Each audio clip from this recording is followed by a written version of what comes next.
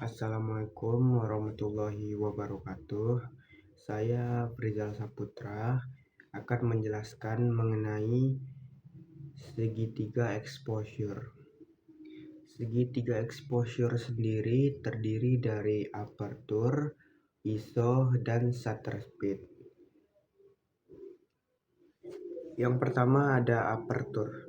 Aperture berfungsi sebagai pengatur bukaan lensa hingga terbuka, hingga sensor terpapar cahaya.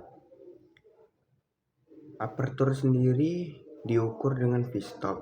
Semakin kecil v-stopnya, maka semakin besar pula bukaan lensanya. Yang kedua ada ISO.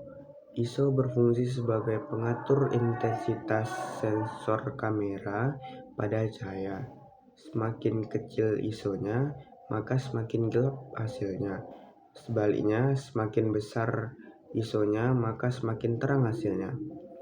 ISO sendiri terdiri dari ISO 100, 200, 400, hingga 800. Semakin gelap objeknya atau suasananya, maka ISO yang diperlukan tinggi. Sebaliknya, jika suasana atau objeknya terang, semakin kecil pula ISO yang digunakan. Baiklah, yang terakhir atau yang ketiga ada shutter speed.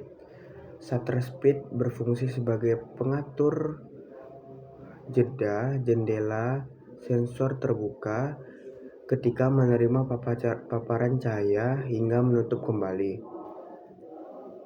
Semakin cepat shutter speednya, maka semakin sedikit pula cahaya yang masuk.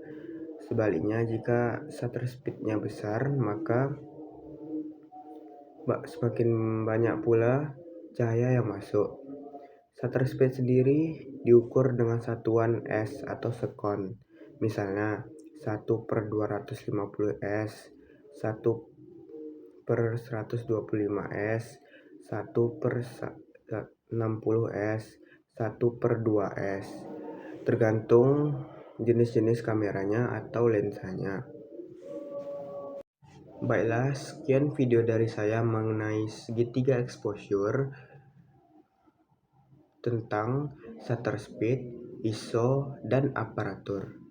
Sekiranya ada kata-kata yang kurang jelas atau kurang bagus, mohon komentar dan kritiknya. Sekian video dari saya. Assalamualaikum warahmatullahi wabarakatuh.